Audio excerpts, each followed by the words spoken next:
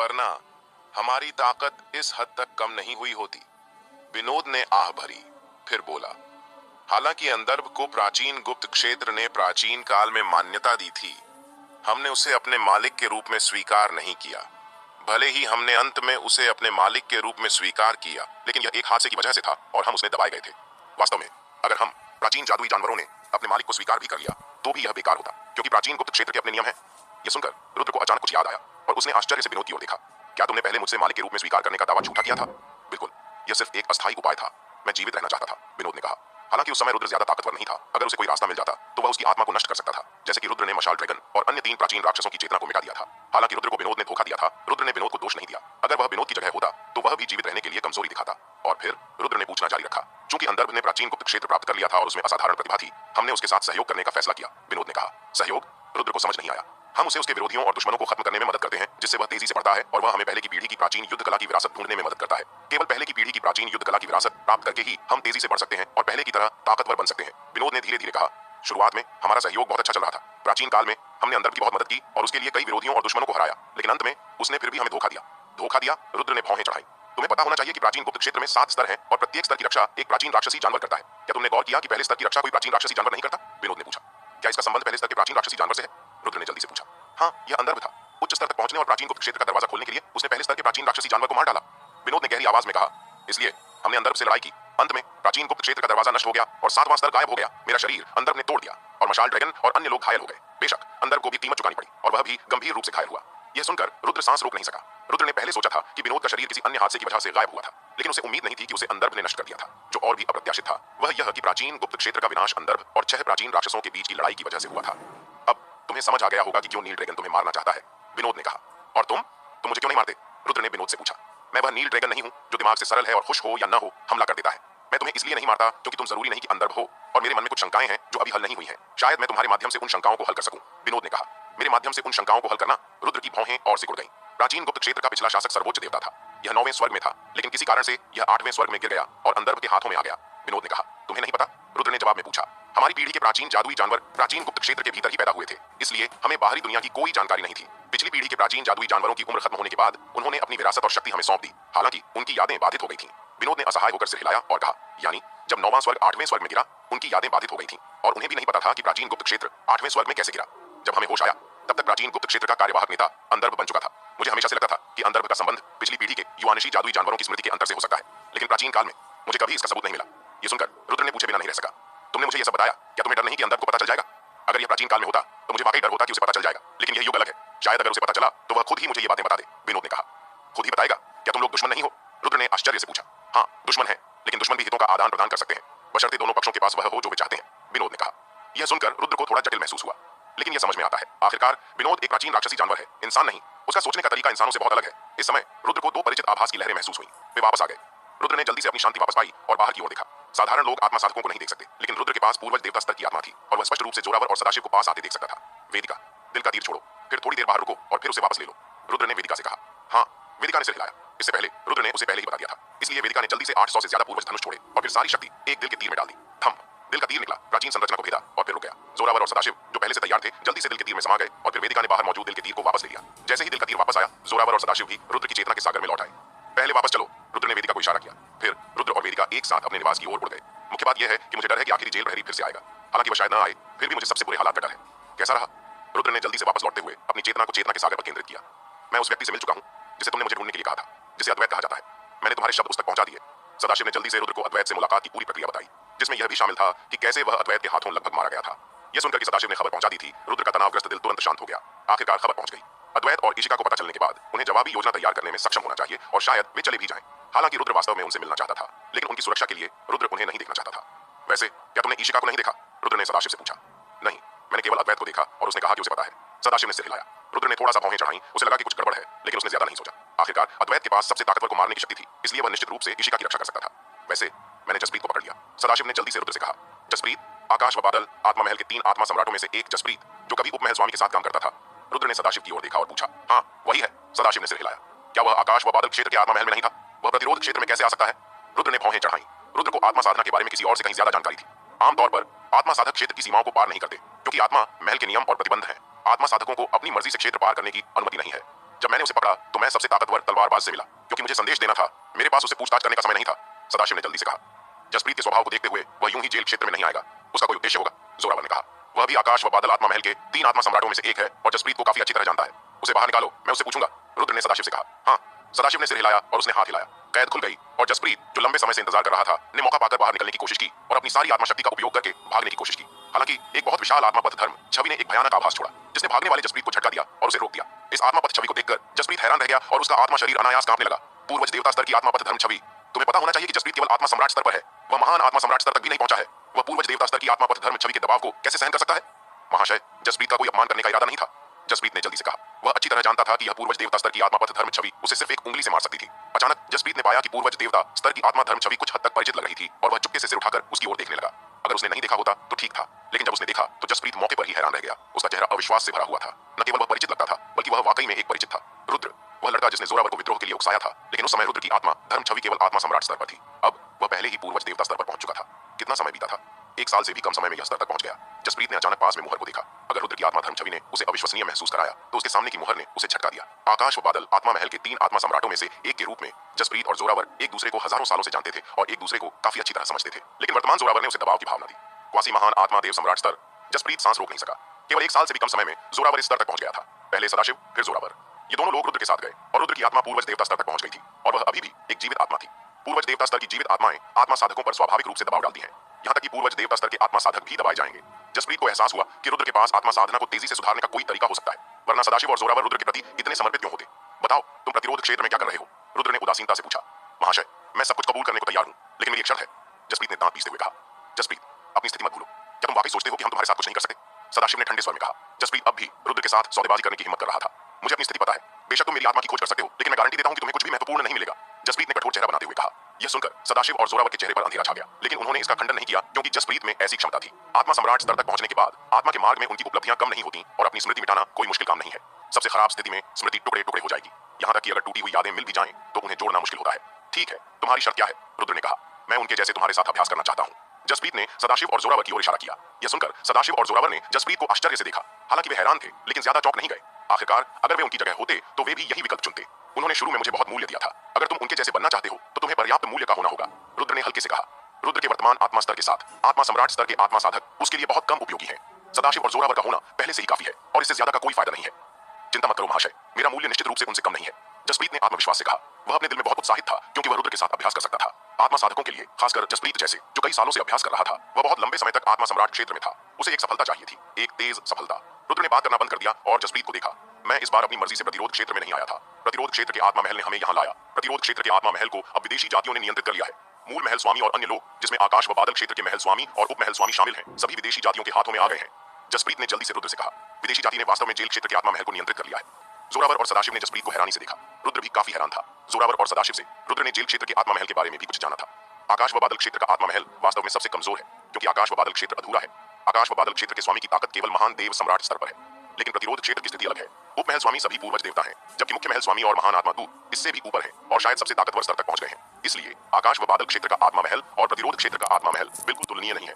चूंकि विदेशी जाति ने जेल क्षेत्र के आत्मा महल को नियंत्रित कर लिया है, तुम कैसे बच निकले? जोरावर ने भौहें चढ़ाकर जसप्रीत को देखा। आकाश व बादल क्षेत्र का आत्मा महल विदेशी जातियों द्वारा नियंत्रित हो चुका है। अब उनके पास जाने के लिए कोई जगह नहीं है, इसलिए वे केवल रुद्र का अनुसरण कर सकते हैं। रुद्र के पक्ष में खड़े होकर जोरावर को स्वाभाविक रूप से रुद्र की मदद के लिए जसप्रीत पर कड़ी नजर रखनी थी। मैं पहले से ही बूढ़ा हो चुका हूं और विदेशी जाति ने देखा कि मेरे पास भविष्य में सफलता की कोई संभावना नहीं थी, इसलिए उन्होंने मुझ पर आत्मा की बेड़ियां नहीं डाली। जसप्रीत ने कड़वाहट से मुस्कुराया और सिर हिलाया, फिर बोला, महाशय, विदेशी जाति ने जेल क्षेत्र के आत्मा महल को नियंत्रित करने के बाद कई आत्मा साधकों को भेजा, जिसमें मैं भी शामिल था, स्वच्छंद आकाश आत्मा मोदी की खोज में। स्वच्छंद आकाश आत्मा मोदी पैदा हो चुका है, जोरावर ने चिल्लाकर कहा। हाँ, यह पैदा हो चुका है, जसप्रीत ने सिर हिलाया। यह स्वच्छंद आकाश आत्मा मोदी क्या है? रुद्र ने भौहें चढ़ाई। यह पहली बार था जब उसने इस तथाकथित स्वच्छंद आकाश आत्मा मोदी के बारे में सुना था। महाशय, स्वच्छंद आकाश आत्मा मोदी एक प्राचीन कलाकृति है। कहा जाता है कि यह वस्तु आत्मा को एक वास्तविक शरीर में संक्षेपित करने की अनुमति दे सकती है और आत्मा शरीर के समान ताकत प्रदान कर सकती है। जोरावर ने जल्दी से समझाया। उदाहरण के लिए, मैं अब आत्मा सम्राट स्तर पर हूँ। अगर मैं स्वच्छंद आकाश दिव्य मोती का उपयोग करता हूँ तो मैं एक देव सम्राट स्तर का शरीर बना सकता हूँ। बेशक अगर आप इसका उपयोग करते हैं तो आपको एक पूर्वज देवता स्तर का शरीर बनाने में सक्षम होना चाहिए। क्या जीवित आत्माएं भी इसका उपयोग कर सकती हैं?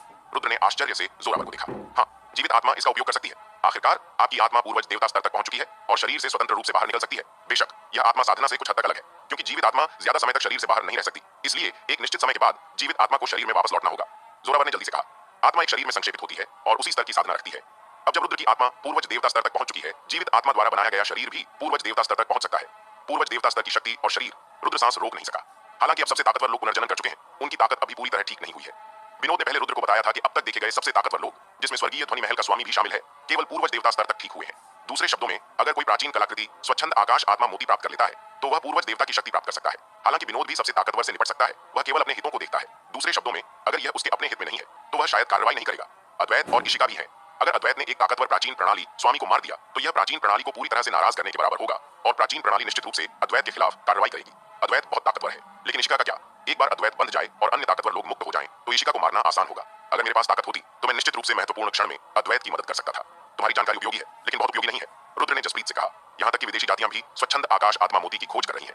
तुमने मुझे यह बताया, लेकिन मुझे नहीं पता कि स्वच्छंद आकाश आत्मा मोती कहाँ है। इसके अलावा इस तरह की जानकारी विदेशी जातियों से आसानी से प्राप्त की जा सकती है। महाशय, मैं अब छिपे आत्मा महल में एक आत्मा साधक हूँ। मैं जानकारी पता कर सकता हूँ और फिर आपको बता सकता हूँ। जैसे ही स्वच्छंद आकाश आत्मा मोती के बारे में कोई खबर मिलेगी, मैं आपको तुरंत सूचित करूंगा।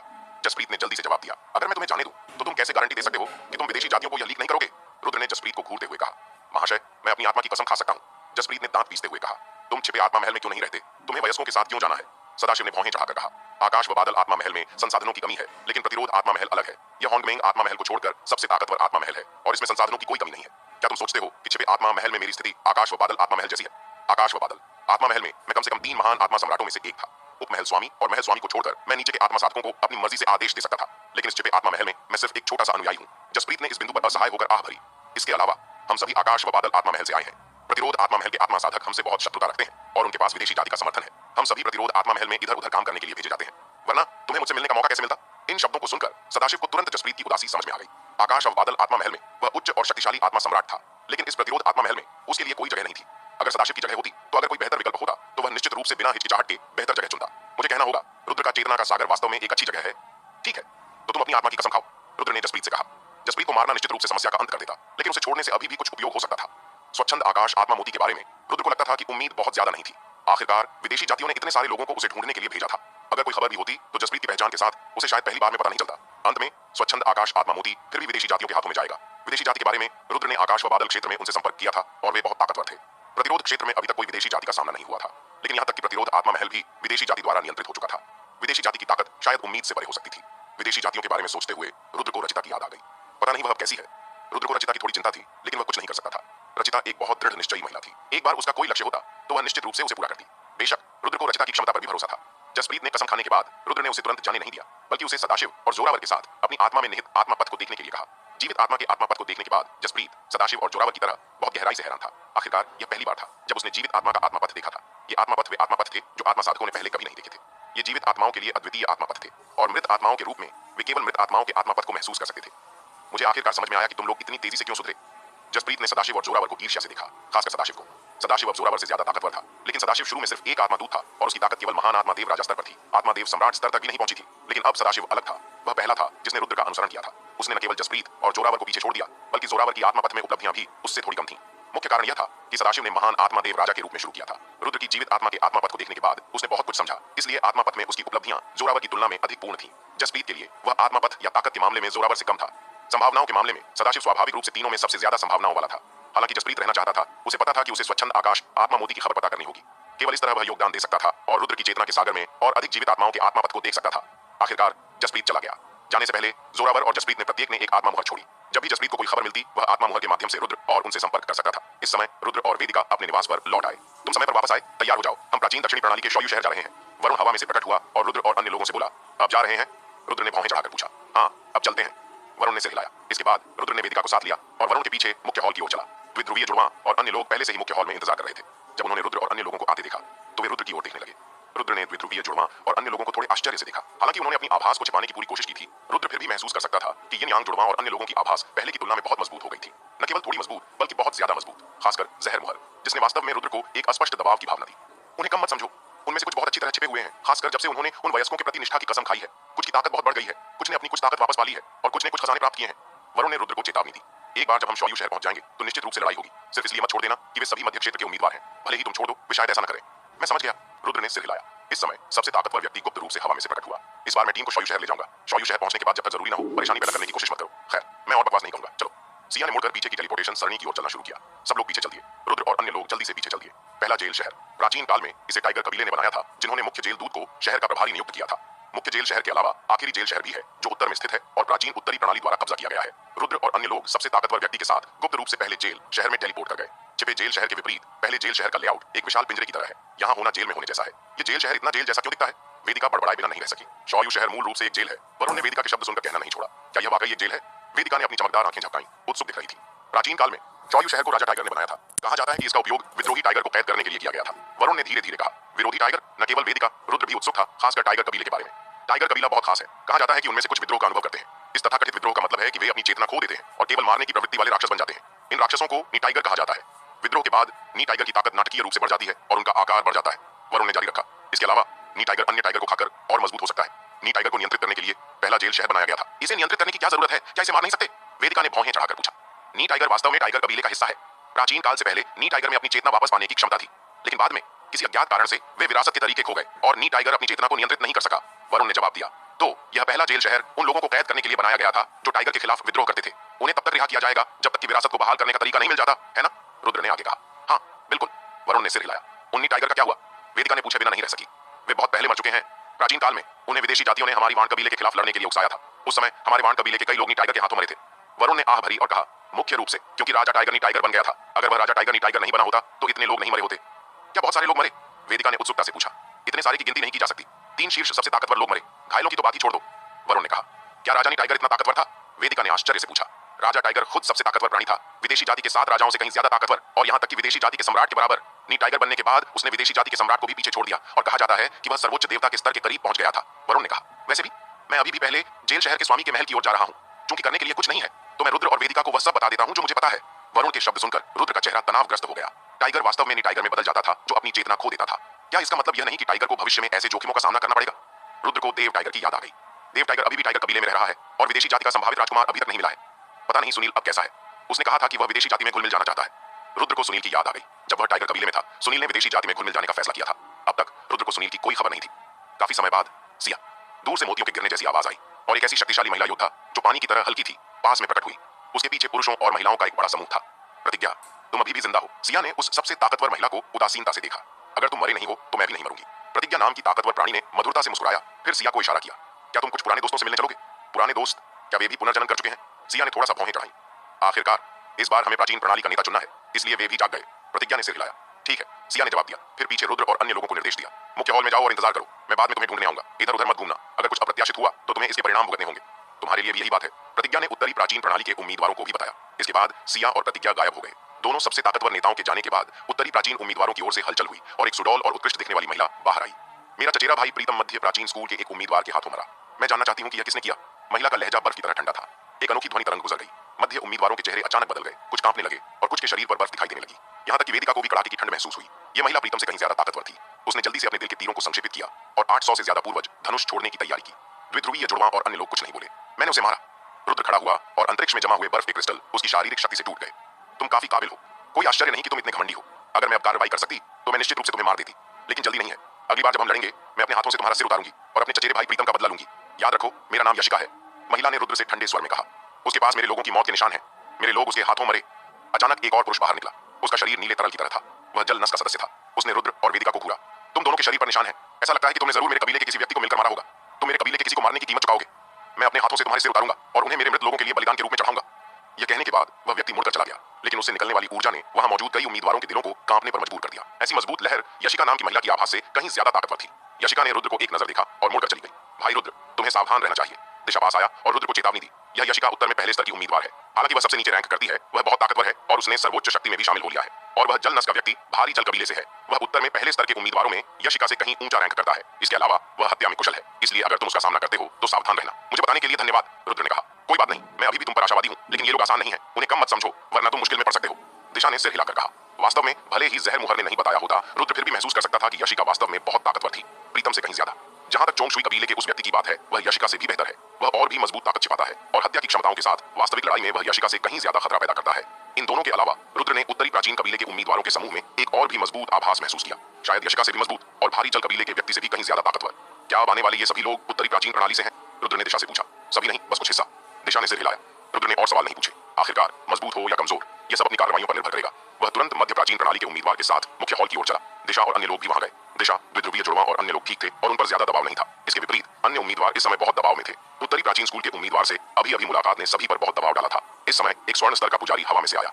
सभी उम्मीदवारों, मुख्य हॉल में जाने की जरूरत नहीं है, बस मेरे साथ युद्ध क्षेत्र में चलो। स्वर्ण स्तर के पुजारी ने रास्ता दिखाते हुए कहा। रुद्र और उसका समूह, जो मूल रूप से मुख्य हॉल में जाने की योजना बना रहा था, स्वर्ण स्तर के पुजारी के साथ युद्ध क्षेत्र की ओर चल पड़ा। न केवल मध्य उम्मीदवार बल्कि अभी अभी मिले उत्तरी उम्मीदवार भी साथ आए। उम्मीदवारों का एक बड़ा समूह वहां शानदार ढंग से गया। युद्ध क्षेत्र पहले जेल शहर के पश्चिमी क्षेत्र में स्थित है। पूरा पहला जेल शहर प्राचीन 3 कबीलों के पुनर्जनन लोगों से भरा हुआ है। साथ ही कुछ बुजुर्ग और बच्चे भी हैं। रुद्र को पहले से ही इन पुनर्जनन लोगों की सच्चाई पता थी। प्राचीन काल में सभी जातियों ने विदेशी जातियों के खिलाफ लड़ाई लड़ी। आकाश और पृथ्वी ढह गए, अशांति फैल गई, अधिक से अधिक लोग मर गए और सबसे ताकतवर लोग पहले से ही सोने का विकल्प चुन चुके थे। उन्हें 9वें स्वर्ग के खुलने का इंतजार करना होगा। अन्य संभावित ताकतवर लोगों के लिए भी यही सच है। वे भी 9वें स्वर्ग में प्रवेश करना चाहते हैं। बुजुर्गों और बच्चों के लिए उनके पास कोई विकल्प नहीं था सिवाय अंतरिक्ष मिट्टी का उपयोग करके खुद को जीवित रखने के, क्योंकि बहुत ज्यादा अशांति थी। कुछ वाण जातियों ने सोना चुना, जबकि अधिकांश जीवित रहे। हालांकि उसके बाद के सबसे अंधेरे युग में वाण जातियों के वंशज कमजोर और कमजोर होते गए। आज तक जीवित रहने वाले वाण जातियों के वंशजों की साधना का स्तर आमतौर पर कम है।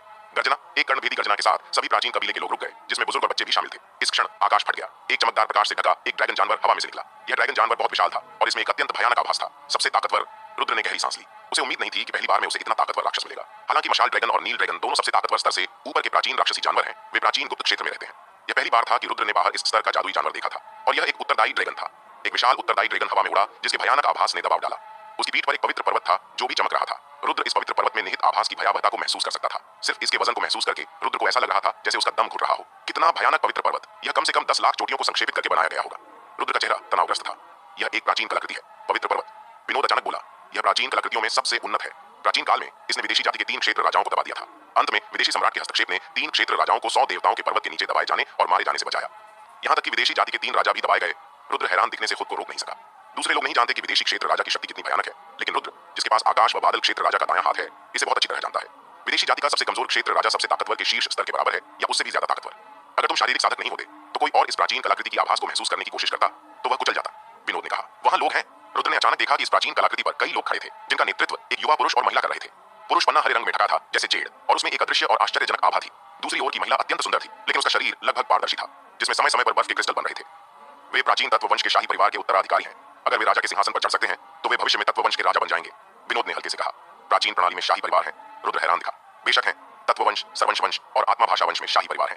ये शाही उत्तराधिकारी भविष्य में इस वंश के राजा बन सकते हैं। इन 3 वंशों के राजाओं के अलावा प्राचीन वंश में सबसे पुराना शाही परिवार भी है। बस यह सबसे पुराना शाही परिवार शायद ही कभी सामने आता है, विनोद ने कहा। तत्ववंश के शाही उत्तराधिकारी के प्रकट होने के बाद प्राचीन प्रणाली के उम्मीदवार एक एक करके घुटने टेकने लगे। यहाँ तक कि वरुण भी एक घुटने पर बैठ गया। बेशक कुछ लोग थे जो घुटने नहीं टेके, जैसे रुद्र और वेदिका। वे प्राचीन प्रणाली से नहीं थे, बल्कि बाहरी लोग थे। लोग आ रहे हैं। हालांकि इतने सारे प्राचीन प्रणाली के उम्मीदवार घुटने टेक रहे थे, लेकिन रुद्र और वेदिका जैसे कुछ लोग जो घुटने नहीं टेके, स्वाभाविक रूप से कई लोगों का ध्यान आकर्षित किया। प्राचीन विभाग के उम्मीदवार रुद्र, वेदिका और अन्य लोगों के घुटने न टेकने पर नाराज दिखे, लेकिन वे कुछ कह नहीं सकते थे। उत्तरदायी ड्रैगन हवा में उड़ा। उत्तरदायी ड्रैगन के उड़ने के बाद ही प्राचीन उम्मीदवार धीरे धीरे खड़े हुए और स्वर्ण स्तर के पुजारी के साथ युद्ध क्षेत्र की ओर बढ़े। कुछ प्राचीन स्कूल के उम्मीदवार समय समय पर रुद्र और वेदिका की ओर नाराज नजरों से देखते थे। भाई रुद्र, वेदिका ने रुद्र की कोहनी पर उसका कपड़ा खींचा। उनकी परवाह मत करो, बाद में युद्ध क्षेत्र में तुम्हें मंच पर नहीं जाना होगा, रुद्र ने वेदिका को निर्देश दिया। हालांकि वेदिका काफी काबिल है, उसकी कमजोरियां बहुत स्पष्ट हैं। एक बार कोई उसके करीब आ जाए, भले ही वह उसी स्तर का उम्मीदवार हो, उसके पास जीतने का कोई मौका नहीं है। अगर वे लंबी दूरी पर होते तो उसी स्तर के उम्मीदवारों की तो बात ही छोड़ दें। रुद्र भी वेदिका के दिल के तीर को रोकने की हिम्मत नहीं करता।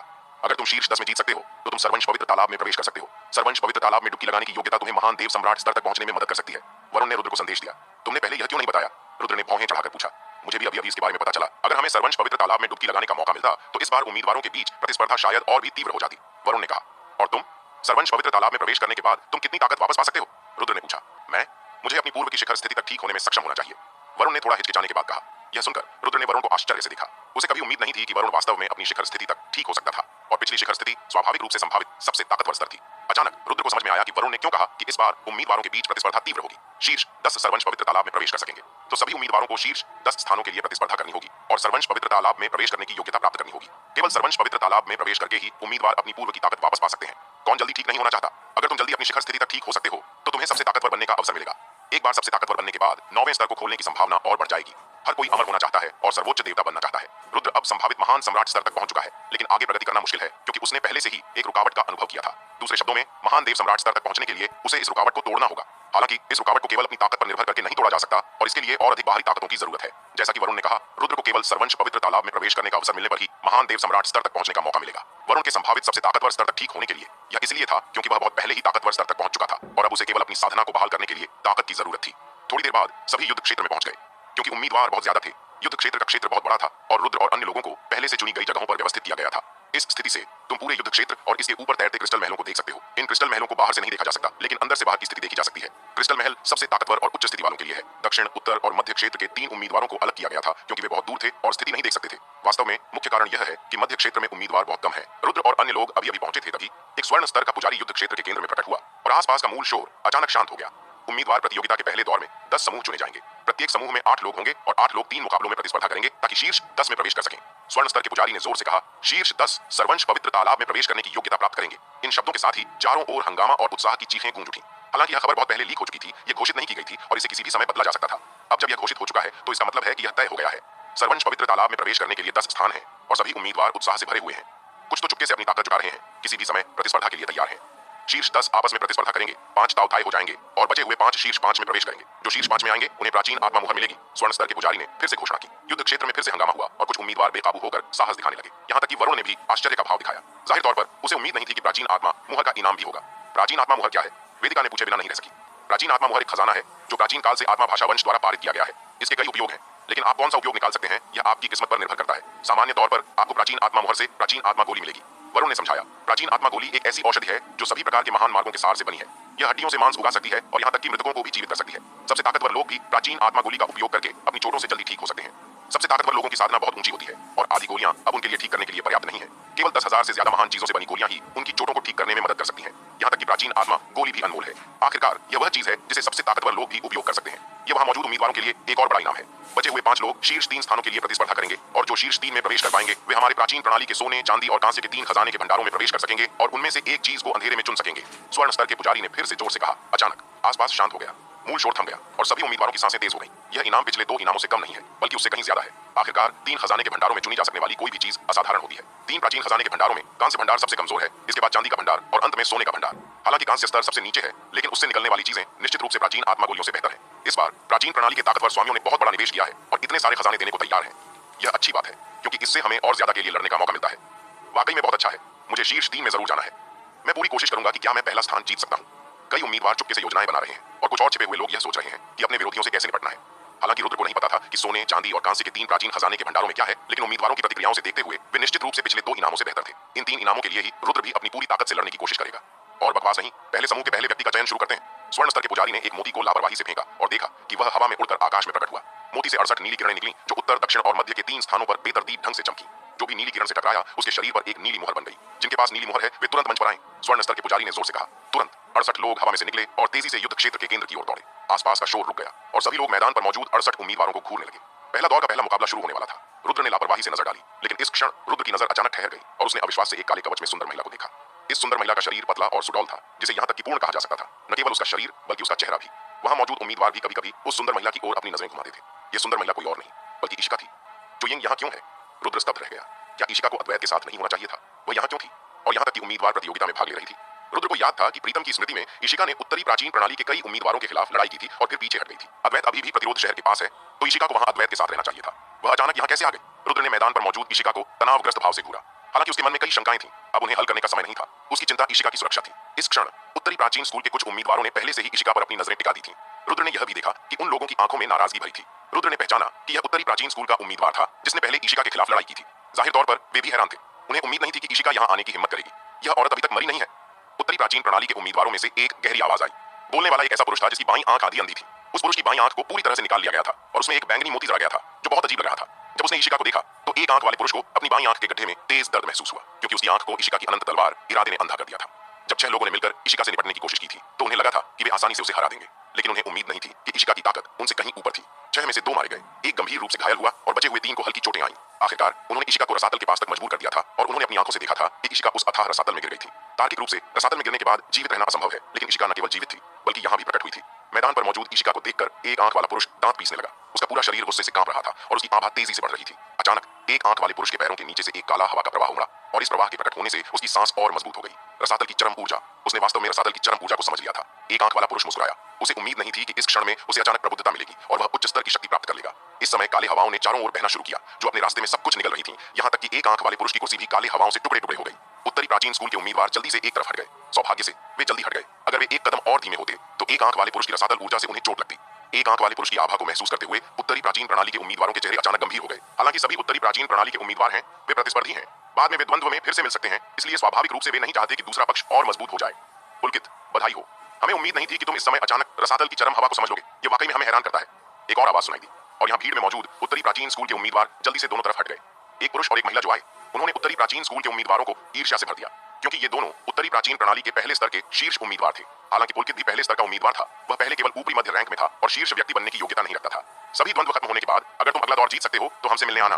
पुरुष ने पुलकित को एक नजर देखा और हल्के से कहा, ठीक है। पुलकित ने जल्दी से जवाब दिया, जबकि अपने भीतर के उत्साह को दबाया। इस वाक्य का मतलब था कि वह उत्तरी प्राचीन प्रणाली के पहले स्तर के उम्मीदवारों में शीर्ष उम्मीदवार बनने की योग्यता रखता था और शीर्ष रैंकों में प्रवेश कर चुका था। उत्तरी प्राचीन प्रणाली के अन्य पहले स्तर के उम्मीदवारों ने पुलकित को ईर्ष्या से देखा। हर कोई पहले स्तर के उम्मीदवारों में शीर्ष स्थान प्राप्त नहीं कर सकता। न केवल आपको पर्याप्त ताकतवर होना होगा, बल्कि आपको अन्य शीर्ष व्यक्तियों द्वारा मान्यता भी मिलनी होगी।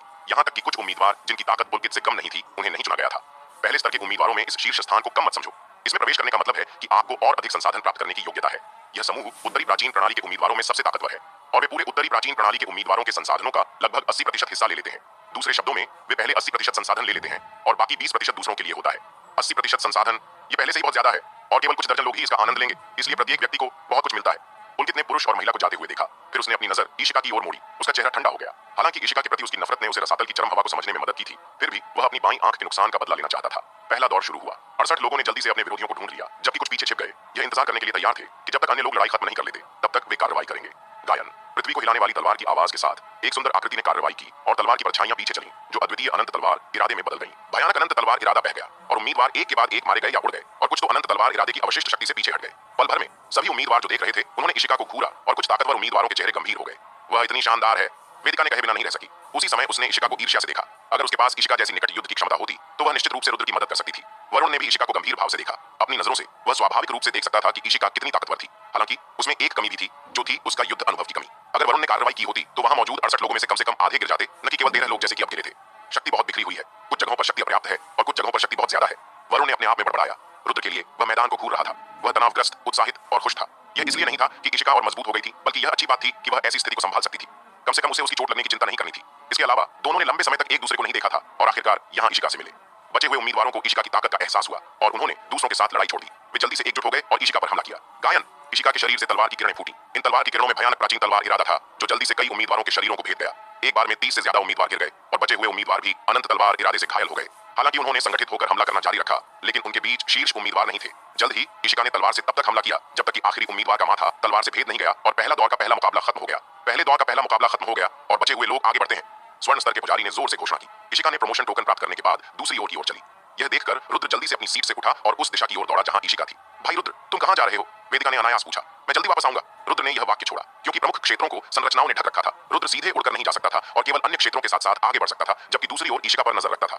संरचना की वजह से रुद्र अपनी आवाज कितना समय हो गया है जब तुम ईशिका के साथ थे? जब से 7वें स्वर्ग में गए। रुद्र ने फिर कभी ईशिका को नहीं देखा। बाद में उसे पता चला कि अद्वैत ईशिका को 7वें स्वर्ग में लाए थे और फिर उसे 8वें स्वर्ग में ले गए। लंबे समय तक रुद्र को ईशिका के बारे में कोई खबर नहीं मिली। हालांकि बाद में कुछ खबरें मिली, लेकिन केवल खबरें सुनी, व्यक्ति को नहीं देखा। खास तौर पर इससे पहले जब रुद्र ने सुना कि अद्वैत और ईशिका को उत्तरी प्राचीन प्रणाली के सबसे शक्तिशाली व्यक्ति और प्रथम स्तर के उम्मीदवारों ने मिलकर निपटा था, उसका दिल गले में आ गया था। शुक्र है अद्वैत बहुत शक्तिशाली थे और उन्होंने उत्तरी प्राचीन प्रणाली के सबसे शक्तिशाली व्यक्ति को मार डाला। बाद में रुद्र ने जोखिम उठाया और आत्मा साधक को संदेश भेजने के लिए कहा। हालांकि संदेश पहुंच गया, रुद्र को उम्मीद नहीं थी कि ईशिका और अद्वैत अलग हो गए थे। रुद्र अब वास्तव में ईशिका से मिलना चाहता है। मैं उससे उसकी हाल की स्थिति के बारे में पूछना चाहता हूँ कि क्या उसे रास्ते में बहुत कष्ट सहना पड़ा और क्या वह मुझे याद करती है। संक्षेप में, रुद्र के पास ईशिका से कहने के लिए बहुत कुछ था। इस समय रुद्र ने दूर से देखा कि ईशिका केंद्र में एक क्रिस्टल महल की सीढ़ियों पर चढ़ रही थी, जो एक जादुई दीवार के पार थी। रुद्र खुद को रोक नहीं सका और उसने अपनी गति बढ़ा दी। जब तक रुद्र वहां पहुंचा, ईशिका पहले ही क्रिस्टल महल में प्रवेश कर चुकी थी। क्रिस्टल महल में तैनात पहरेदारों ने जल्दी से रुद्र को रोक लिया, जो हड्डी के भाले के साथ आगे बढ़ने वाला था। आप दोनों, अभी अभी जो महिला गई थी, वह मेरी दोस्त है। कृपया उसे बता दें। बस उसे कहें कि मेरा नाम रुद्र है। जब वह मेरा नाम सुनेगी, वह निश्चित रूप से मुझसे मिलने आएगी। रुद्र ने जल्दी से 2 पहरेदारों से कहा, आप यहीं रुकें। एक पहरेदार ने हल्के से कहा, हाँ। रुद्र ने सिर हिलाया। फिर पहरेदार क्रिस्टल महल की ओर चले गए। क्रिस्टल महल के अंदर गौतम, एक शाही व्यक्ति जिसके शरीर पर हरी नसें थीं, एक तरफ लेटा हुआ था। उसके पीछे 3 खूबसूरत महिलाएं थीं, जिनके शरीर पर भी हरी नसें थीं और वे उसकी सेवा कर रही थीं। दूसरी तरफ योगिता, जिसका पूरा शरीर बर्फ के क्रिस्टल जैसा था, उसे उदासीनता से देख रही थी, मैदान पर हो रही घटनाओं को देखते हुए। कितने बेकार लोग हैं, ये बिल्कुल भी मार नहीं खा सकते, योगिता ने तिरस्कार के साथ कहा। वरना तुम्हें क्या लगता है कि मुझे उसे काबू करने में 1 घंटा क्यों लगा? शुक्र है उसका शाश्वत तलवार का इरादा पूरा नहीं है। अगर यह पूरा होता तो मैं वास्तव में उसके साथ कुछ नहीं कर पाता। गौतम ने योगिता की ओर देखा, फिर मुस्कुराते हुए कहा। उसने रास्ते में संयोग से ईशिका से मुलाकात की थी और उसने तुरंत कार्रवाई की और पहले से घायल हुई विंग को पकड़ लिया। इस समय ईशिका, जिसका शरीर सुंदर था, ऊपर आई। मालिक, ईशिका ने गौतम से बिना किसी भाव के कहा। बुरा नहीं, कृपया पहले एक तरफ हटें। गौतम ने इशारा किया। हाँ। ईशिका दूसरी तरफ चली गई। योगिता ने ईशिका की ओर देखा और गौतम से कहा, तुम्हारी नौकरानी की चेतना अभी पूरी तरह से उसके साथ नहीं मिली है। पहले इसमें ज्यादा से ज्यादा एक दिन लगता था। उसकी चेतना बहुत मजबूत है, इसलिए इसे मिलने में इतना आसान नहीं होगा। हालांकि उसकी चेतना कितनी भी मजबूत क्यों ना हो, यह ज्यादा समय तक नहीं टिकेगी। ज्यादा से ज्यादा 3 दिन में दोनों पूरी तरह से मिल जाएंगे। उस समय उसके पास जो कुछ भी है वह मेरी नौकरानी को मिल जाएगा, यहाँ तक कि उसका शरीर भी। गौतम ने इशिका के सुंदर शरीर की ओर देखा और उसकी मुस्कान और भी चमकदार हो गई। वह देख सकता था कि इशिका अभी भी नहीं थी। जब नौकरानी की चेतना पूरी तरह से इशिका के साथ मिल जाएगी, तब वह फिर से इशिका को मांगेगा और फिर प्राचीन तकनीकों के माध्यम से इशिका की शक्ति को अवशोषित करेगा। उस समय उसे एक शक्तिशाली शाश्वत शरीर और शाश्वत मार्शल आर्ट्स मिलेगा। एक बार जब तुम्हें शाश्वत शरीर और शाश्वत मार्शल आर्ट्स मिल जाएगा, तुम्हारी ताकत और बढ़ जाएगी। तब मुझे मत भूलना। योगिता ने गौतम को ईर्ष्या से देखा। यह अफसोस की बात थी कि उनकी वंशावली में गौतम की अनोखी विरासत तकनीक नहीं थी जो दूसरों की क्षमताओं को अवशोषित कर सकती थी। अगर उसके पास होती तो वह बहुत पहले गौतम को पीछे छोड़ देती। इसके अलावा यह गौतम की वंशावली की अनोखी विरासत तकनीक है। केवल वे ही इसका अभ्यास कर सकते हैं, लेकिन दूसरों को इसे प्राप्त करने के बाद भी इसका अभ्यास नहीं कर सकते। चिंता मत करो, हमने कई सालों तक साथ में काम किया है, मैं तुम्हें कैसे भूल सकता हूँ, गौतम ने मुस्कुराते हुए कहा। योगिता भी मुस्कुरा रही थी, लेकिन वे दोनों जानते थे कि उनके बीच का रिश्ता केवल उपयोगिता का सहयोग था। जब एक पक्ष का मूल्य पर्याप्त नहीं होता तो यह समय होता है दूसरे को छोड़ने का। इस समय पहरेदार ऊपर आया। 2 युवा राजा, एक उम्मीदवार है जिसका नाम रुद्र है, वह इस लड़की से मिलना चाहता है। उसने कहा कि वह उसका दोस्त है। पहरेदार ने जल्दी से गौतम और योगिता को बताया। उसका दोस्त? गौतम की मुस्कान फीकी पड़ गई और वह तुरंत खड़ा हो गया। उसकी सेवा कर रही नौकरानियां पीछे हट गईं। गौतम महल के सामने गया। यहाँ से वह पूरे युद्ध क्षेत्र को देख सकता था, जिसमें रुद्र भी शामिल था, जो क्रिस्टल महल के नीचे खड़ा इंतजार कर रहा था। वह कौन है? योगिता भी वहां आई। उसने रुद्र की ओर देखा और उसे बहुत अपरिचित लगा। मैंने उसे कभी नहीं देखा, मुझे लगता है कि वह बस एक साधारण उम्मीदवार है। गौतम ने उसे उदासीनता से देखा। प्राचीन उम्मीदवारों में इस बार दक्षिण और उत्तर से जागे हुए अधिकांश उम्मीदवार साधारण थे, सिवाय कुछ के जो बहुत शक्तिशाली थे। जहां तक मध्य भाग का सवाल है, वह और भी बुरा है। प्राचीन काल में मध्य क्षेत्र में कई शक्तिशाली उम्मीदवार दुर्घटनाओं के कारण मर गए थे और बचे हुए अधिकांश साधारण थे। इसके अलावा रुद्र काफी अपरिचित था। वह बाद के लोगों में से है, पुनर्जन्म वाला व्यक्ति नहीं। योगिता की आंखें बर्फ सफेद हो गईं और वह एक नजर में बता सकती थी कि रुद्र पुनर्जन्म वाला व्यक्ति नहीं था। उसे जाने दो, गौतम ने पहरेदार से कहा। तत्ववंश के शाही परिवार के रूप में उसका रुतबा बहुत ऊंचा था। बाद के लोगों की तो बात ही छोड़िए, अगर तत्ववंश का कोई शक्तिशाली उम्मीदवार भी उससे मिलने आना चाहता तो यह उसके मूड पर निर्भर करता था। अगर उसका मूड अच्छा होता तो वह मिल सकता था, लेकिन अगर मूड खराब होता तो वह ध्यान देने की जहमत नहीं उठाता। हाँ, पहरेदार मुड़ा और रुद्र को भगाने के लिए नीचे जाने वाला था। 1 मिनट रुके, योगिता ने पहरेदार को रोका और उससे कहा, जाओ और उसे बता दो कि यह लड़की अपनी ताकत वापस पा रही है। इस द्वंद्व के खत्म होने के बाद वह उससे मिलेगी। हाँ, पहरेदार ने जवाब दिया और जल्दी से नीचे चला गया। गौतम ने भौहें सिकोड़ ली और कहा, बस पहरेदारों को उसे भगा देने के लिए कह दो, इसकी क्या जरूरत है? तुम किसी को उसे भगाने के लिए भेजते हो, लेकिन अगर वह नहीं चाहता तो? हालांकि हम शाही परिवार हैं, यहाँ 3 नसों वाले पुनर्जन्म वाले लोग इकट्ठा हैं और यहाँ कई उत्तराधिकारी भी हैं। अगर यह बात फैल गई तो हमारी प्रतिष्ठा पर असर पड़ेगा। बेहतर है कि कोई बहाना बनाकर उसे टाल दिया जाए। वैसे भी इस द्वंद्व के खत्म होने के बाद वह नहीं रहेगी। यह लड़का चाहकर भी उसे नहीं ढूंढ पाएगा। योगिता ने कहा, तुम्हारी मर्जी, गौतम ने जवाब दिया। उसे वैसे भी कोई परवाह नहीं थी। उसके विचार में रुद्र बस एक उम्मीदवार था। इस समय पहरेदार नीचे पहुंच चुके थे। लड़की ने कहा कि वह अपनी ताकत वापस पा रही है, वह इस द्वंद्व के खत्म होने के बाद तुमसे मिलने आएगी। पहरेदार ने रुद्र से कहा, क्या उसने वाकई ऐसा कहा? रुद्र ने भौहें सिकोड़ ली। हाँ, पहरेदार ने सिर हिलाया। अगर रुद्र और इशिका सिर्फ साधारण दोस्त होते तो रुद्र को इशिका की बात पर शक नहीं होता। आखिरकार वे सिर्फ साधारण दोस्त थे, लेकिन रुद्र और इशिका साधारण दोस्त नहीं थे, बल्कि प्रेमी थे जो एक दूसरे को पसंद करते थे। जब रुद्र गया था तब इशिका उसे जाने देने को तैयार नहीं थी। अब जब वे फिर से मिले, रुद्र को विश्वास नहीं था कि इशिका उससे मिलना नहीं चाहती। दूसरे लोग शायद इशिका को न समझें, लेकिन रुद्र उसे बहुत अच्छी तरह जानता था। भले ही वे कई सालों से अलग थे, भले ही इशिका का दिल बदल गया हो, फिर भी वह उससे मिलना चाहती। कम से कम सामने से बात तो साफ करे। रुद्र को हल्की सी बेचैनी महसूस हुई। उसे चिंता थी कि इशिका के साथ कुछ गलत हो सकता है और वह तुरंत क्रिस्टल महल की सीढ़ियों की ओर बढ़ा। वापस जाओ, पहरेदार चिल्लाया और अपने हड्डी के भाले से रुद्र की ओर वार किया। रुद्र कुछ करने वाला था कि अचानक एक आकृति तेजी से आई और उसके सामने खड़ी हो गई। यह वरुण था। उसने अपना हाथ बढ़ाया और हड्डी के भाले को रोक लिया। पहरेदार हैरान हुआ और फिर से हमला करने वाला था कि उसने अचानक वरुण के शरीर से 7 रंगों की लपटें उभरती देखी। 7 रंगों की लपटें? पहरेदार अचानक चौंक गया। आग की तत्व नस में 7 रंगों की लपटों वाला कोई भी व्यक्ति अलग पहचान रखता है। भले ही वह शाही परिवार जितना नहीं हो, लेकिन लगभग वैसा ही होता है। महोदय, ये क्रिस्टल महल वह जगह है जहां 2 युवा राजा अस्थायी रूप से द्वंद्व देख रहे हैं। कृपया अपने लोगों को यहाँ परेशानी न करने दें, वरना इसका आपको कोई फायदा नहीं होगा। पहरेदार ने वरुण से कहा, चिंता मत करो, हम कोई परेशानी नहीं करेंगे। वरुण ने अपना हाथ वापस खींच लिया। पहरेदार ने भी हड्डी का भाला वापस खींच लिया और वहीं खड़ा रहा। जहां तक रुद्र का सवाल था, वरुण ने उसे एक तरफ खींच लिया। रुद्र, क्या हो रहा है? वरुण ने रुद्र से पूछा। उसने पहले रुद्र को अचानक चले जाते देखा था, इसलिए चिंता में वह उसके पीछे आया था। शुक्र है वे समय पर पहुंच गए, वरना अगर रुद्र आगे बढ़ता तो वह निश्चित रूप से 2 युवा राजाओं से टकरा जाता और फिर स्थिति को सुलझाना मुश्किल हो जाता। मेरी मंगेतर ऊपर है, मैंने पहरेदार से संदेश भेजने को कहा और वह नीचे आकर मुझे बता रहा है कि मेरी मंगेतर मुझसे मिलना नहीं चाहती। रुद्र ने जवाब दिया, तुम्हारी मंगेतर ऊपर है, तुम्हें यकीन है? वरुण ने भौहें सिकोड़ ली। अगर ऐसा था तो यह मुश्किल हो सकता था। मैंने अपनी आंखों से उसे ऊपर जाते देखा। रुद्र ने सिर हिलाया। अगर वरुण यहाँ नहीं होता तो वह सीधे ऊपर चढ़ जाता। वरुण ने देखा कि रुद्र बहुत बेचैन था और जल्दी से उसे समझाया, घबराओ मत और जल्दबाजी मत करो, इसे मुझे सौंप दो। अगर तुम्हारी मंगेतर वाकई वहां है तो मैं तुम्हें उससे मिलवाऊंगा। ठीक है, रुद्र ने सिर हिलाया। वह तो जबरदस्ती अंदर जाना चाहता था, लेकिन चूंकि वरुण सामने आया था, रुद्र को स्वाभाविक रूप से वरुण का सम्मान करना था। सबसे जरूरी बात यह थी कि उसे इशिका की सटीक स्थिति की पुष्टि करने का कोई तरीका नहीं था। वैसे भी वरुण चाहे कुछ भी करे, रुद्र बस इशिका को देखना चाहता था और उससे व्यक्तिगत रूप से मिलना चाहता था। जाओ और 2 युवा राजाओं से कहो कि वो जनजाति का वरुण तुमसे मिलना चाहता है, वरुण ने जल्दी से पहरेदार से कहा। जब पहरेदार मुड़ने वाला था और ऊपर जाने वाला था, क्रिस्टल महल के प्रवेश द्वार पर एक सुंदर आकृति दिखाई दी। यह इशिका थी, लेकिन उसका चेहरा ठंडा था। वरुण इशिका को देखकर थोड़ा हैरान हुआ, क्योंकि यह वही इशिका थी जिसने पहली लड़ाई का पहला राउंड जीता था। यह खूबसूरत महिला रुद्र की मंगेतर है। रुद्र ने उत्साह से इशिका की ओर देखा। कई सालों तक न देखने के बाद इशिका अब पहले से ज्यादा परिपक्व और सुंदर हो गई थी। पहली छाया, रुद्र ने कहा, मैंने पहले कहा था कि मैं द्वंद्व के बाद तुमसे मिलने आऊंगी, लेकिन तुम इस समय मुझसे मिलने की जिद कर रहे हो। इशिका का चेहरा नाराजगी से भरा था। मुझे लगा कि तुम्हें कुछ हो गया है, इसलिए मैंने जबरदस्ती ऊपर जाने की योजना बनाई। रुद्र ने कुछ चिंता के साथ कहा, मैं 2 युवा राजाओं के साथ हूँ, मुझे कुछ कैसे हो सकता है? ठीक है, तुम लोग जाओ, मुझे आराम करने और अपनी ताकत वापस पाने की जरूरत है, इशिका ने कहा। वरुण ने हल्के से भौहें सिकोड़ ली। उसे लगा कि ईशिका का रवैया बहुत अच्छा नहीं था, लेकिन उसने ज्यादा नहीं सोचा। शायद रुद्र और उसकी पत्नी के बीच झगड़ा हुआ था। ठीक है, फिर मैं बाद में तुमसे मिलने आऊंगा, रुद्र ने उदास होकर कहा। ईशिका ने कुछ नहीं कहा, बल्कि मुड़कर क्रिस्टल महल में चली गई।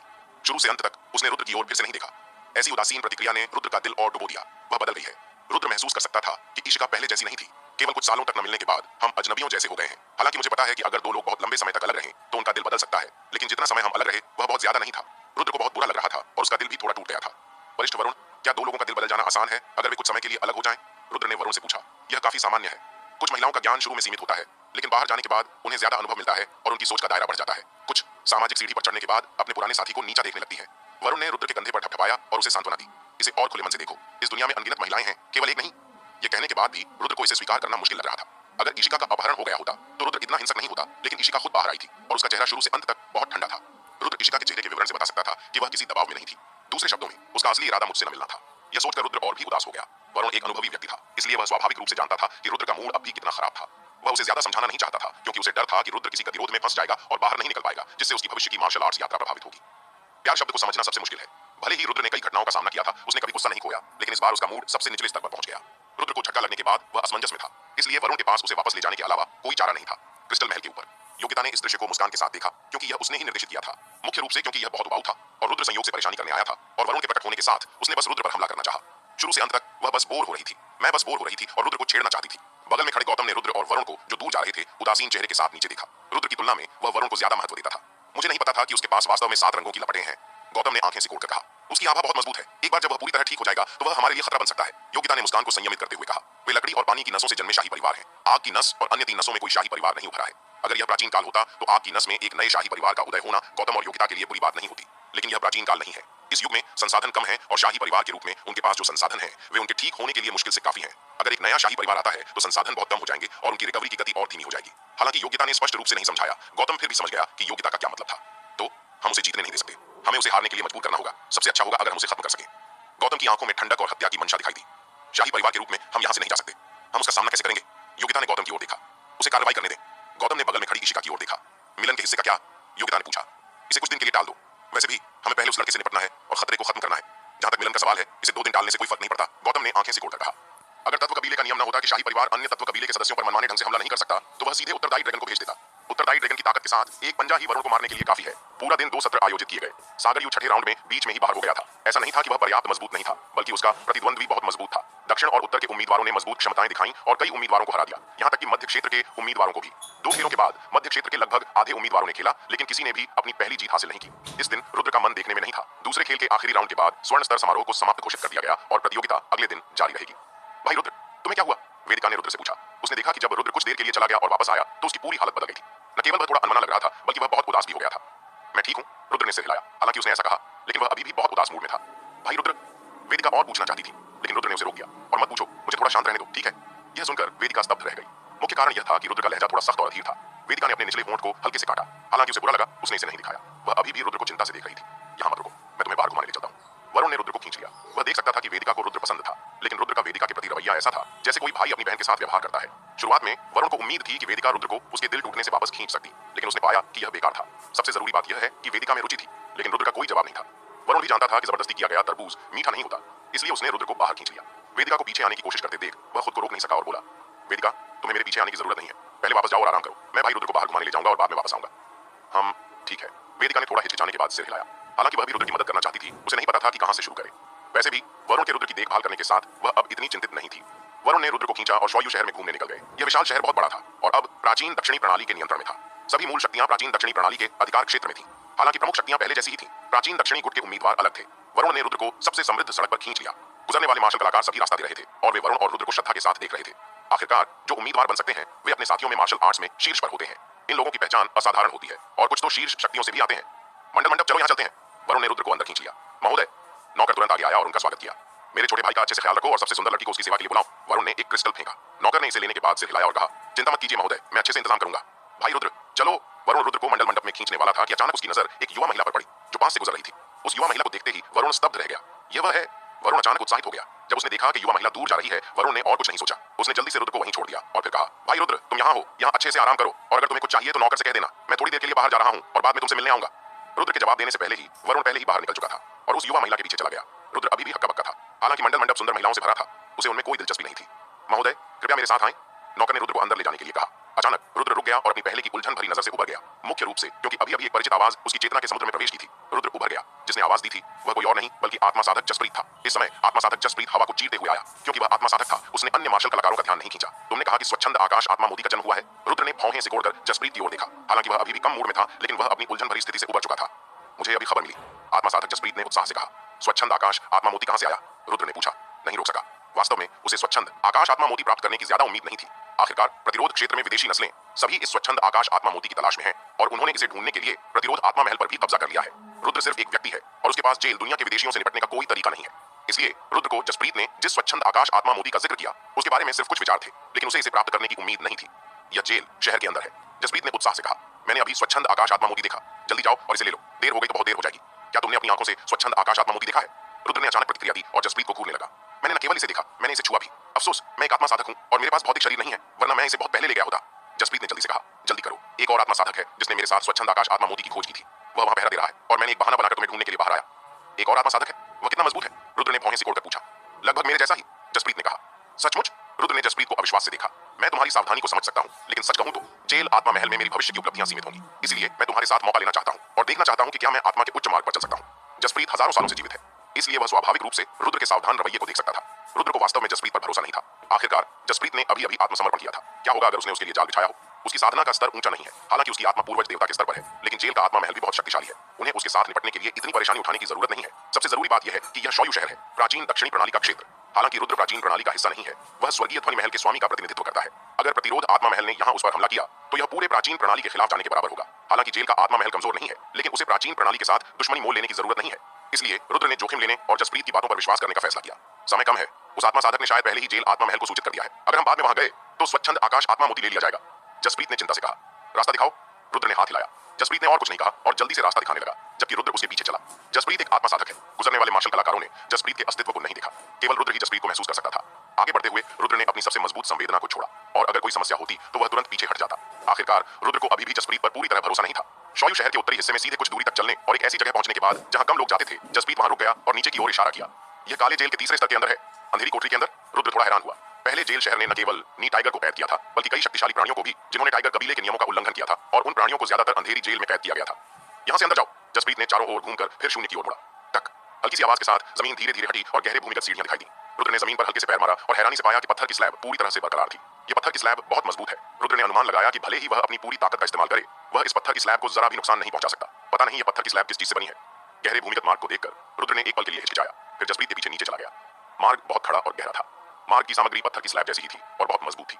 रुद्र नीचे जाते समय रफ्तार नहीं बढ़ाने की हिम्मत नहीं कर सका, मुख्य रूप से क्योंकि उसे डर था कि नीचे कोई घातक जाल या घात हो सकता है। उसे नीचे पहुंचने में लगभग आधा घंटा लगा। काले जेल के पहले स्तर पर कई स्वतंत्र कोठरियां थीं।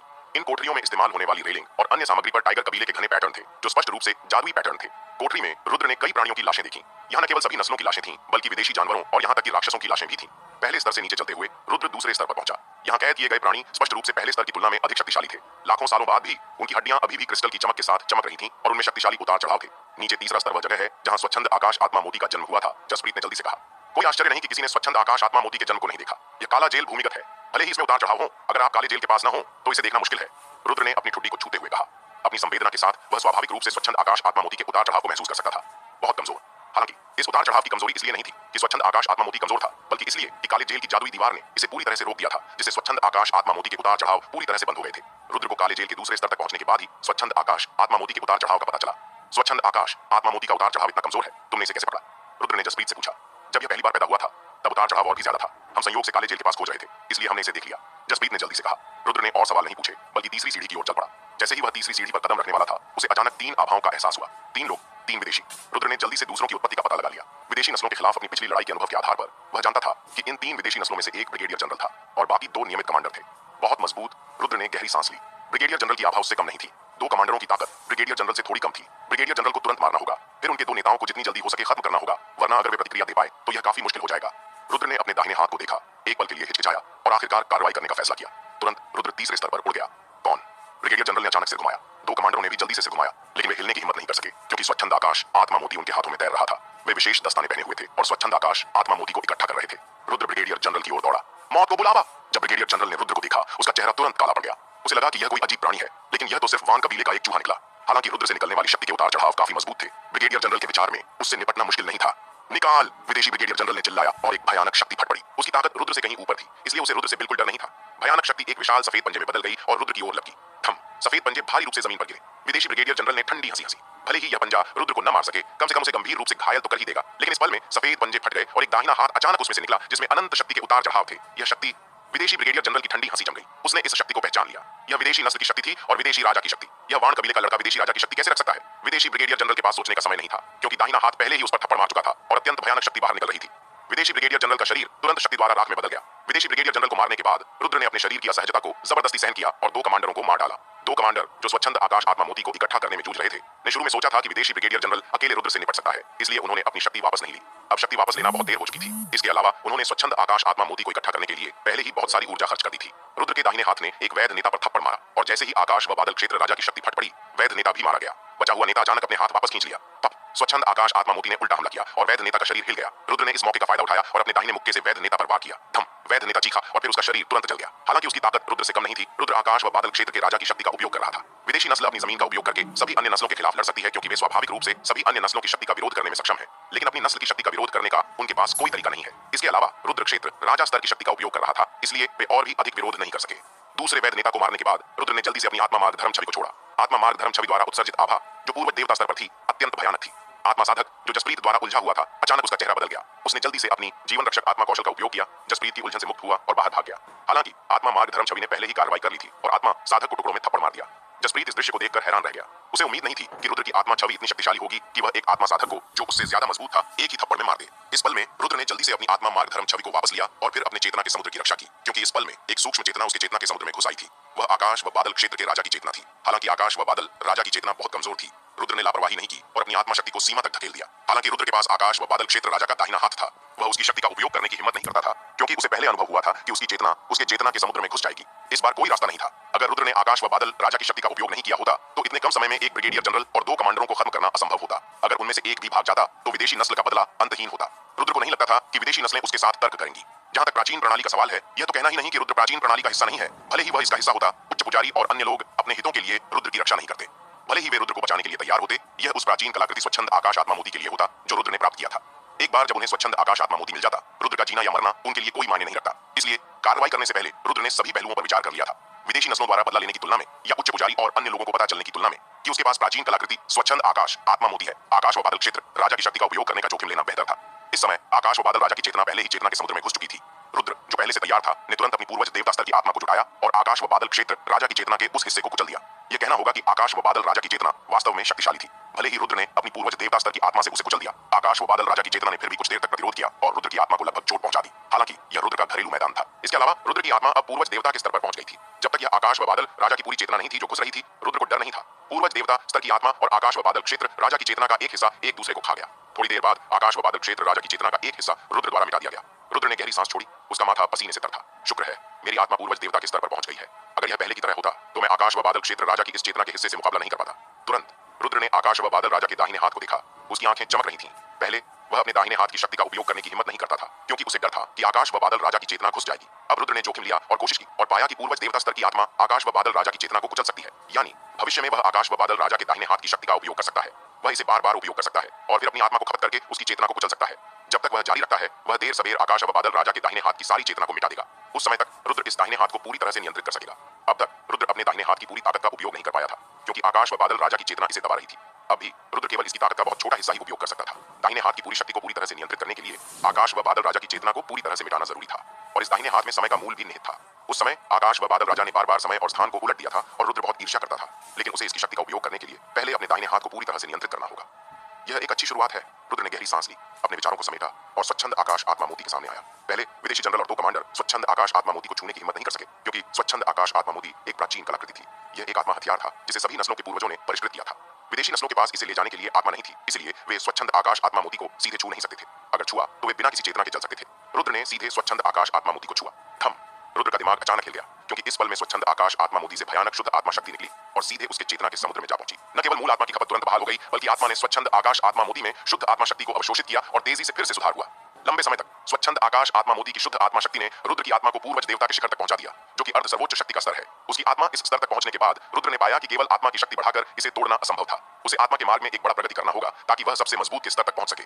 स्वच्छंद आकाश आत्मा मोती अभी भी शुद्ध आत्मा शक्ति छोड़ रहा था। रुद्र ने एक पल के लिए सोचा, फिर इन आत्माओं की शक्ति को अपने चेतना के समुद्र में भेज दिया। फिर उसने जोरावर और सदाशिव से कहा, जल्दी करो और इन्हें अवशोषित करो। क्या हम भी इसे अवशोषित कर सकते हैं? जोरावर और सदाशिव, जो पहले से ही ईर्ष्या से देख रहे थे, एक पल के लिए स्तब्ध रह गए।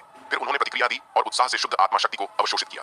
फिर रुद्र ने जसप्रीत को भी अपने चेतना के समुद्र में प्रवेश करने दिया। आखिरकार इस बार वह स्वच्छंद आकाश आत्मा मोती प्राप्त करने में सक्षम था और जसप्रीत का योगदान सबसे ज्यादा था, इसलिए रुद्र ने उसे विशेष रूप से और अधिक शुद्ध आत्मा शक्ति दी।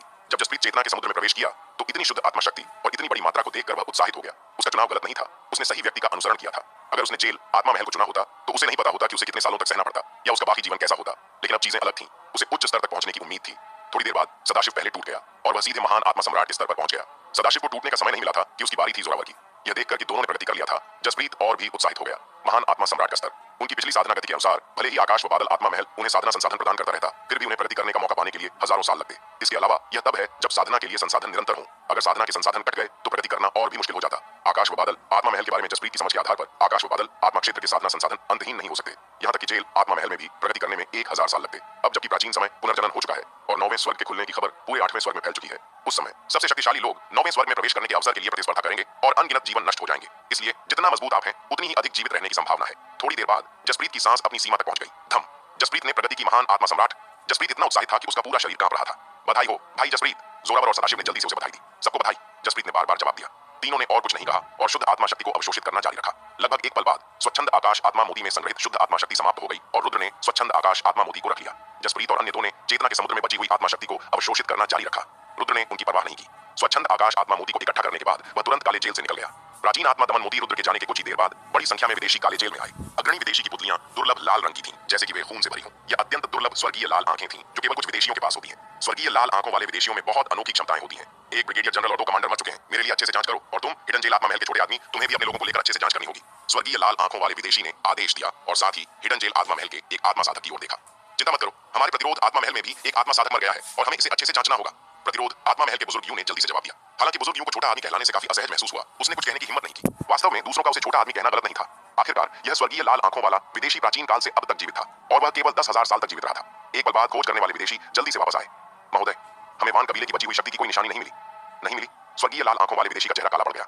वान कबीले की शक्ति की कोई बची हुई आभा के बिना क्या यह संभव है कि यह हमारे किसी ने किया? यह खोज करने वाले विदेशी नहीं जानते थे कि कैसे जवाब दें। उन्होंने वास्तव में पूरे तीसरे स्तर की खोज की थी, जिसमें हर कोना शामिल था। वास्तव में वान कबीले की शक्ति की कोई बची हुई आभा नहीं थी। अगर यह वान कबीले में से किसी ने किया होता तो निश्चित रूप से शक्ति की बची हुई आभा होती। फिर वे शक्ति की आभा का उपयोग करके यह निर्धारित कर सकते थे कि यह कौन सी नस्ल थी और फिर उस नस्ल को लक्षित कर सकते थे। फिर उनके पास मौजूद सुरागों के आधार पर वे जल्दी से जांच कर सकते थे। हालांकि उन्हें कोई सुराग नहीं मिला। उन्हें संदेह था कि यह शायद विदेशियों ने किया हो, लेकिन यह संदेह जल्द ही गायब हो गया क्योंकि विदेशी कभी विश्वासघात नहीं करेंगे, न ही विश्वासघात करने की हिम्मत करेंगे। सुनील, मेरे साथ आओ और मेरी रक्षा करो। स्वर्गीय लाल आंखों वाले विदेशी ने दूसरी तरफ खड़े एक अन्य विदेशी से कहा। हाँ। सुनील तुरंत आगे आया और अपनी शक्ति की आभा छोड़ी ताकि स्वर्गीय लाल आंखों वाले विदेशी की रक्षा कर सके। उसकी शक्ति की आभा इतनी मजबूत थी कि आसपास के अन्य विदेशी भी उसकी आभा से मुकाबला नहीं कर सकते थे। अन्य विदेशी सुनील से काफी नाखुश थे क्योंकि वे तोराबाटी विदेशी वंश के थे, जबकि सुनील एक बाहरी विदेशी था। हालांकि विदेशियों के बीच शायद ही कभी दुश्मनी होती है, इसका मतलब यह नहीं कि उनके बीच गुटबाजी के विवाद नहीं होते। एक ही वंश के विदेशी स्वाभाविक रूप से अन्य वंश के विदेशियों को बाहर रखते हैं। नतीजतन एक बाहरी नस्ल का विदेशी तोराबाटी कबीले के नेता द्वारा महत्व दिया गया और उसका करीबी विश्वास पात्र बन गया। अन्य विदेशी स्वाभाविक रूप से नाखुश थे, लेकिन सुनील की ताकत उनसे कहीं ऊपर थी, इसलिए वे नाखुश होने के बावजूद कुछ नहीं कर सकते थे। तोराबाटी विदेशी कबीले का नेता धीरे धीरे अपनी आंखें बंद करता है, फिर उन्हें फिर से खोलता है और उसकी खून लाल आंखों में एक अनोखी रोशनी दिखाई देती है। फिर उसके आसपास की हर चीज अजीब तरह से बदल जाती है। आसपास कुछ अजीब बदलाव होते हैं और इस समय 3 विदेशियों और एक आत्मा साधक की अवशेष छवियां दिखाई देती हैं। एक ब्रिगेडियर जनरल और 2 कमांडर स्वच्छंद आकाश आत्मा मोती को इकट्ठा कर रहे थे। अचानक कोई आया। हालांकि छवि धुंधली थी, सुनील ने उस आकृति को पहचान लिया। यह वह था। सुनील ने रुद्र को पहचान लिया। उम्मीद नहीं थी कि रुद्र वास्तव में यहाँ आया और एक ब्रिगेडियर जनरल और 2 कमांडरों पर हमला किया।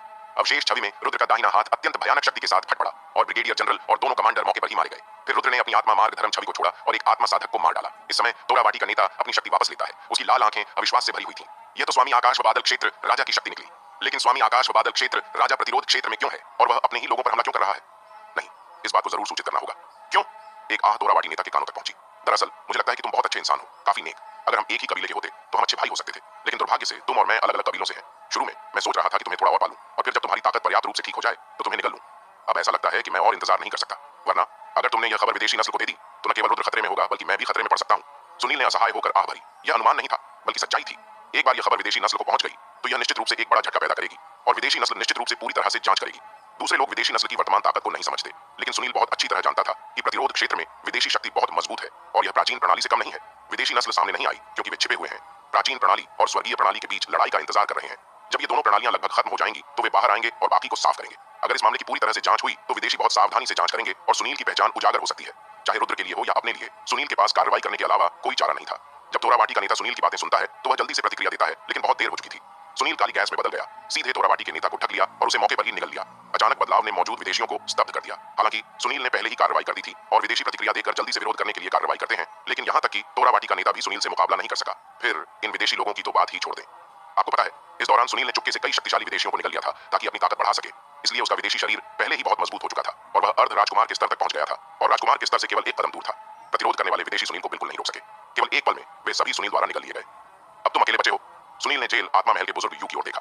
मैं एक आत्मा साधक हूँ, तुम शायद मेरे साथ कुछ नहीं कर सकते। मैं तुम्हें सलाह देता हूँ कि आत्मसमर्पण कर दो ताकि मुझे कार्रवाई न करनी पड़े। हिडन जेल आत्मा महल के बुजुर्ग यू ने गहरी आवाज में कहा। वह भागा नहीं क्योंकि वह एक आत्मा साधक था और वह रहना चाहता था ताकि सुनील से निपट सके। अगर वह सुनील को पकड़ लेता और उसे हिडन जेल आत्मा महल को सौंप देता तो उसे बड़ा सम्मान मिलता। सुनील ने अपनी आंखें हल्के से सिकोड़ ली। उसे बात करने की जहमत नहीं उठानी थी और उसने लापरवाही से एक काला मोती फेंक दिया। प्राचीन आत्मा दमन मोती तुम्हारे पास कैसे है? जेल आत्मा महल के बुजुर्ग यू गुस्से में थे और भागना चाहते थे, लेकिन यह पहले ही असंभव हो चुका था। प्राचीन आत्मा दमन मोती के दमन के तहत बुजुर्ग यू को अंदर खींच लिया गया और फिर दबा दिया गया। बुजुर्ग यू से निपटने के बाद सुनील ने गहरी सांस ली।